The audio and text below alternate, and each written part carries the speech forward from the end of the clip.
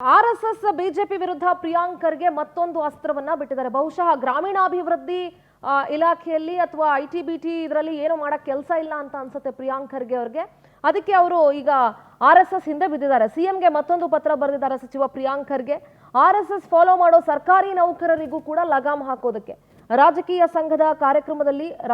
ಅಥವಾ ಸಂಘದ ಕಾರ್ಯಕ್ರಮದಲ್ಲಿ ಭಾಗಿಯಾಗಬೇಕು ಅಂದ್ರೆ ಷರತ್ತುಗಳಿರುತ್ತೆ. ಸರ್ಕಾರಿ ನೌಕರರು ಸಂಘ ಸಂಸ್ಥೆಯ ಸದಸ್ಯರಾಗಿ ಇರುವಂತಿಲ್ಲ.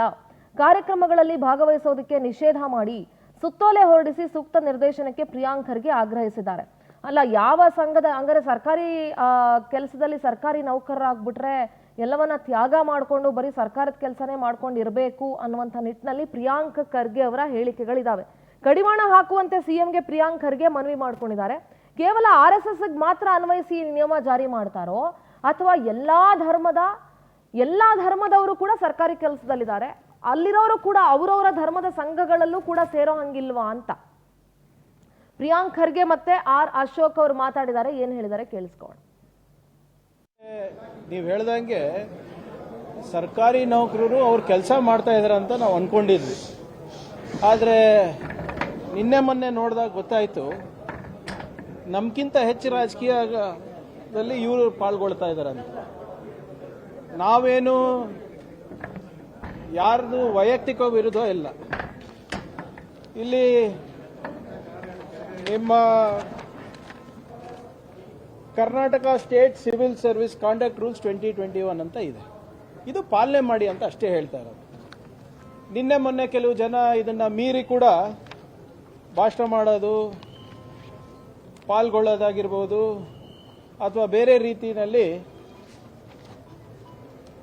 ಈ RSS ಫಂಕ್ಷನ್ನಲ್ಲಿ ಮಾಡಿದ್ದಾರೆ. ಕಾನೂನಾತ್ಮಕವಾಗಿ ಏನು ಕ್ರಮ ತಗೋಬೇಕು ತಗೋತೀವಿ. ಕೆಲವು ನನ್ನ ಇಲಾಖೆನಲ್ಲೇ PDOಗಳು ಮಾಡಿದ್ದಾರೆ ಅಂತ ಸುದ್ದಿ ಬಂದಿತ್ತು. ರಿಪೋರ್ಟ್ ತರಿಸಿದ್ದೀನಿ. ರಿಪೋರ್ಟ್ ಇವತ್ತು ಬಂದಿದೆ. ಆಸ್ ಪರ್ ರೂಲ್ಸ್ ಅವರಿಗೆ ಸಸ್ಪೆಂಡ್ ಮಾಡ್ತೀವಿ. ಹಾಗೆ ನಿಮಗೆ ತಾಕತ್ತಿದೆಯಾ ನಿನಗೆ? ನಾನು ಸರ್ಕಾರಿ ನೌಕರನೇ ಪಕ್ಕ. ಕೋರ್ಟಲ್ಲಿ ಕೇಸ್ ಹಾಕಿದ್ರೆ ಸರ್ಕಾರಿ ನೌಕರ ಅಂತಾನೆ ನನ್ನ ಮೇಲೆ ಕ್ಲೈಮ್ ಮಾಡೋದು. ಜ್ಞಾನ ಬೇಕ್ರಿ ನಿಮಗೆ. ಎಲ್ಲ ಕರ್ನಾಟಕ ತೊರೆದು ಎಲ್ಲ ಇಂಡಸ್ಟ್ರೀಸ್ಗಳು ಬಿಟ್ಟು ನಾ ಮುಂದು ನೀ ಮುಂದು ಅಂತ ಓಡೋತಾ ಇದ್ದಾರೆ. ಅವ್ರನ್ನ ಹಿಡ್ಕೊಳ್ಳೋಕ್ಕೆ ನಿಮ್ಮ ಯೋಗ್ಯತೆ ಇಲ್ಲ. ಆರ್ ಎಸ್ ಎಸ್ ಅಂತ ನಿಮ್ಗಿರೋ ಮುಂಡ ಅದೇನೋ ಇನ್ನೆರಡು ವರ್ಷ ಇಲ್ಲ.